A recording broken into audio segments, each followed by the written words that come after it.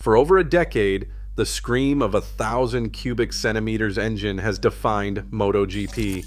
Machines pushing 360 kilometers per hour, an era that built legends. In 2027, it ends, and Marc Márquez just issued a warning nobody saw coming.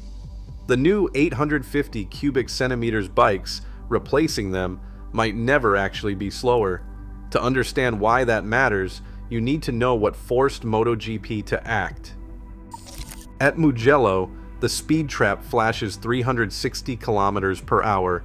That is not a typo, not a simulation, real numbers logged by official timing loops, confirmed by telemetry from the world's most powerful motorcycles. Lusail in Qatar tells a similar story, with bikes regularly reaching 351 kilometers per hour, sometimes even 355. These are not isolated peaks. Over the last 5 seasons, MotoGP's fastest circuits have seen top speeds climb almost every year, inching closer to the edge of what these tracks were ever built to withstand. But the danger is not just in the numbers. Mugello's main straight, a 1.2 kilometer ribbon of tarmac, funnels riders into a braking zone that was designed decades ago for machines topping out at 300 kilometers per hour. Now, at 360 kilometers per hour, the runoff is barely enough. Lusail, with its 1.8 kilometer straight, offers more modern safety features, but even here, the consequences of a high-speed crash are severe. Dorna's own crash data shows that Mugello, despite hosting just 12% of the calendar, accounts for nearly a quarter of all high-speed incidents. Lusail is not far behind. Injury severity has climbed too, from an average of 2.3 to over 3 on the FIM scale in under a decade. Fractures, concussions, and near misses are no longer rare events. They are becoming the price of chasing ever higher velocity. Every time a MotoGP bike rockets down a straight, it is not just a test of horsepower or bravery. It is a test of physics, of track design, of how much risk is acceptable for the sake of speed. Marc Márquez has called out the reality. The sport is now running right up against the limits of what its circuits and its athletes can survive. The data is impossible to ignore. The era of pure, unrestrained speed is forcing MotoGP to choose to keep pushing or to pull back before the next crash is one too many. For years, the sound of a 1,000 cubic centimeter MotoGP bike has been the heartbeat of the sport. Deep, aggressive, unmistakable. That ERA, defined by raw power and the chase for ever higher speeds, is now facing its reckoning.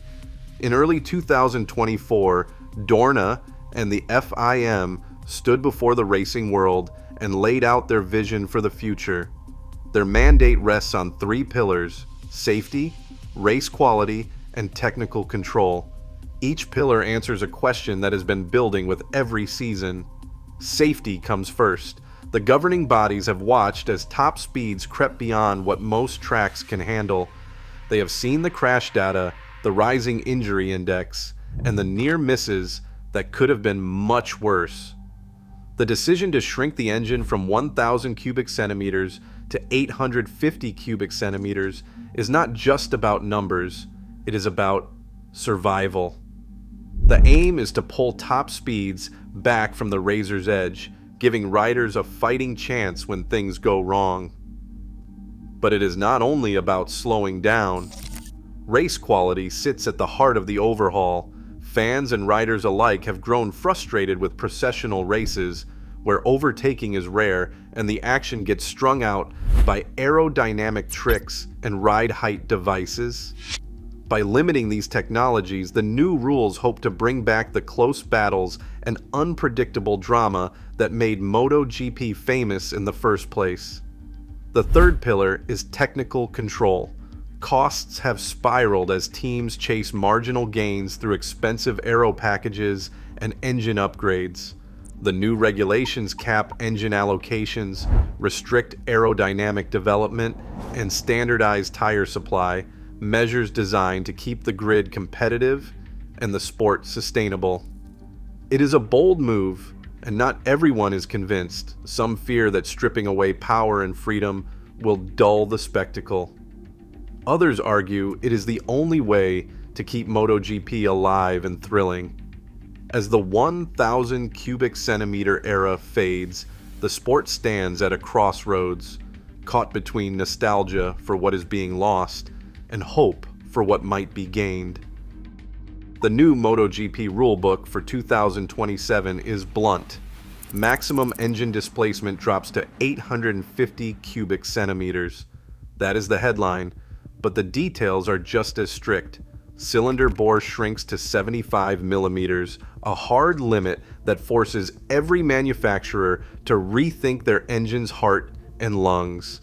The rev ceiling is set at 15,500 revolutions per minute, matching the old 800 cubic centimeter era, and there is no room for creative workarounds. Fuel tanks are capped at 20 liters, 2 liters less than before, pushing teams to squeeze every kilometer out of sustainable, bio-derived fuel. Each rider gets just 6 engines for the entire season, down from 7. Blow one up, and the penalty is steep. These figures are not just numbers on a page. They define the new performance ceiling. No matter how clever the engineers, nobody gets to sneak past the 850 cubic centimeter limit or stretch the fuel rules. This is the technical box MotoGP will race in from 2027 onward, and it is designed to keep speed, power, and risk in check, at least on paper. Ride height devices, once the secret weapon behind Ducati's launch dominance and late braking heroics, are now gone. The 2027 rulebook does not leave room for debate. Any system that drops the suspension for better acceleration or corner exit is outlawed. Teams can no longer rely on hydraulic magic to flatten the bike down a straight or keep the front end glued under braking. Instead, riders are back to working the throttle and body position just as they did before the era of push-button chassis tricks. Aerodynamics, too, faces a clampdown. Wing area is slashed, and teams are restricted to a single aero update per season. The days of mid-year, wind tunnel-driven upgrades are over.